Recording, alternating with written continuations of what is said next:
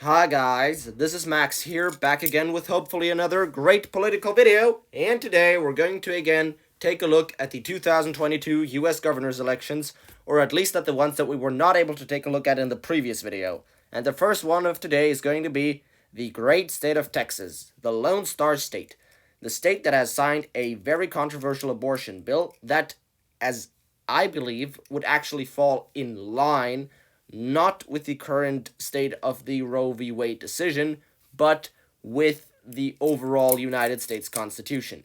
Now, should abortions be legal always and everywhere, or should states be able to place restrictions? That is a question that we all need to carefully examine and find a positive answer. However, we may all agree on the fact that the Constitution, as Thomas Jefferson stated in his original vision for America, should be written in its most pure form possible. And therefore, I would tend to support an overturn of Roe v. Wade. I do support overturning that decision. However, we have to take a look at all those candidates who are running in the state of Texas and who of them has the highest likelihood of winning, because that's what this video is all about. Now, in the Republican primary, Greg Abbott is facing some challengers, some well-known challengers, in fact, like Alan West, the former and very good chair of the Texas GOP. He did a good job. He recently got infected with COVID and still opposed vaccine mandates. So that guy is a bit of a bit of an extremist. Also principled, but I mean, you should get vaccinated. And I don't want to jump on board with that anti-vax rhetoric. I made a video about this. Get vaccinated, all right? However, I do think that Greg Abbott is going to win this primary. He has the endorsement of Donald Trump. I mean, that's basically anything he needs, everything he needs. And he's also ahead in the polls, so it doesn't look good for West. Other than that, for the general election, the Democrats are probably going to run Beto O'Rourke, which is a terrible idea because that guy is not only super woke, but also he is a corporatist. And I don't really see how he's going to defeat Greg Abbott. He lost against Ted Cruz in a blue wave year, and that says a lot. Especially since 2022 is not going to be a blue wave year. Now, Beto O'Rourke is fucked. There's no other way of saying this. I believe that Greg Abbott will win this race by a very solid margin. He might even win by as much as 15 points. We'll have to wait and see. Now, up next is the... Let's go with the one right next door, the New Mexico governor's race. Now, some of you might say, New Mexico is a blue state. And I say, yeah, New Mexico is a blue state. But it does have a history of electing Republican governors. For example, just as recently as 2014, Susana Martinez was the Republican governor of that state for 2 consecutive terms. And the incumbent governor, Michelle Lujan Grisham, who's not really facing any primary challengers, like not at all, has been subjugated to a sex scandal. And out of the Republican side, there are 2 very good candidates. The best one being Mark Ronchetti, who narrowly lost the Senate race against incumbent Senator Lujan. Are they related? Is he related to the incumbent governor? I don't know. Anyway, he lost that Senate race by 6.5%, while Trump lost the state by more than 10. And if Mark Ronchetti runs, a very popular weatherman, meteorologist, he might have a good chance of winning. And if we take a look at hypothetical polling, even though it's from a Republican internal, Michelle Lujan Grisham is behind. So this race might get interestingly competitive. Now, which state do you want to take a look at next, my dear friends? I believe it'd be a good choice if we'd go with Minnesota. Let's go to Minnesota. Now, some of you might ask yourself when we're going to go to the really competitive toss-up races, and that's what we're going to do next. However, for now, let's very quickly go through Minnesota. Tim Walz is the incumbent. He's probably going to get renominated, and the Republicans have a couple of well-known candidates, but none of them are really, really big names. And if we take a look at hypothetical polling down here, we do see that Tim Walz has a relatively comfortable lead. Well, actually, it's just 2%, and it's a Democrat internal poll. So, in a red wave year, this race might be competitive. However, as of right now, I'd say it's tilt Democrat. It will sure be competitive because it's a red wave year, but as of right now, it's tilt for the incumbent Tim Walz.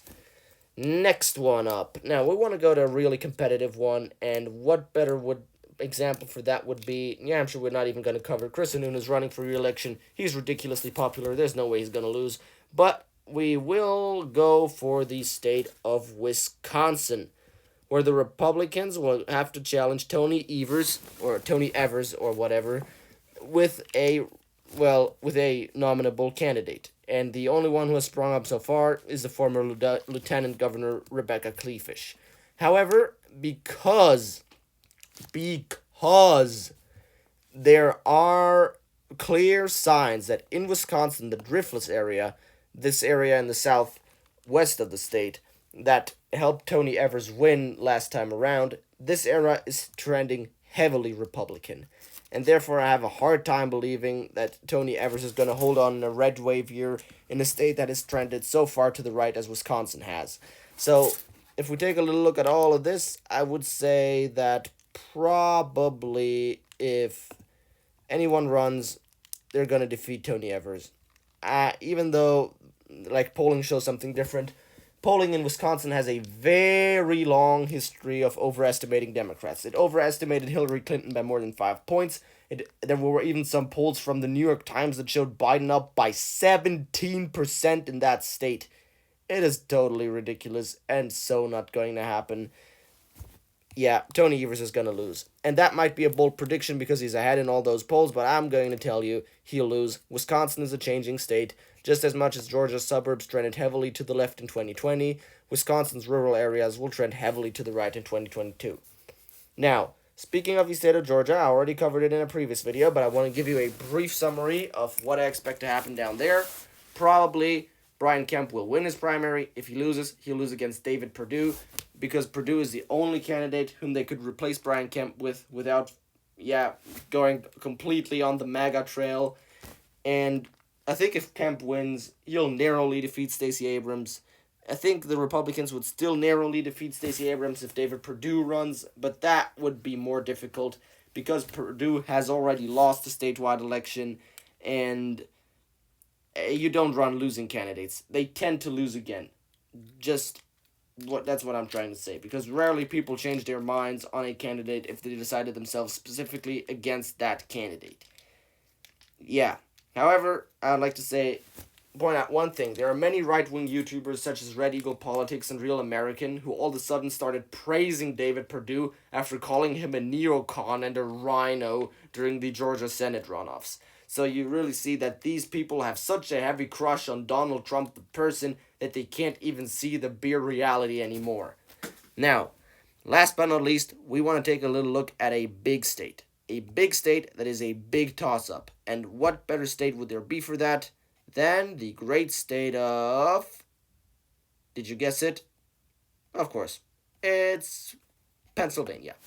Now, I might have already covered this, but we have a lot of interesting candidates here.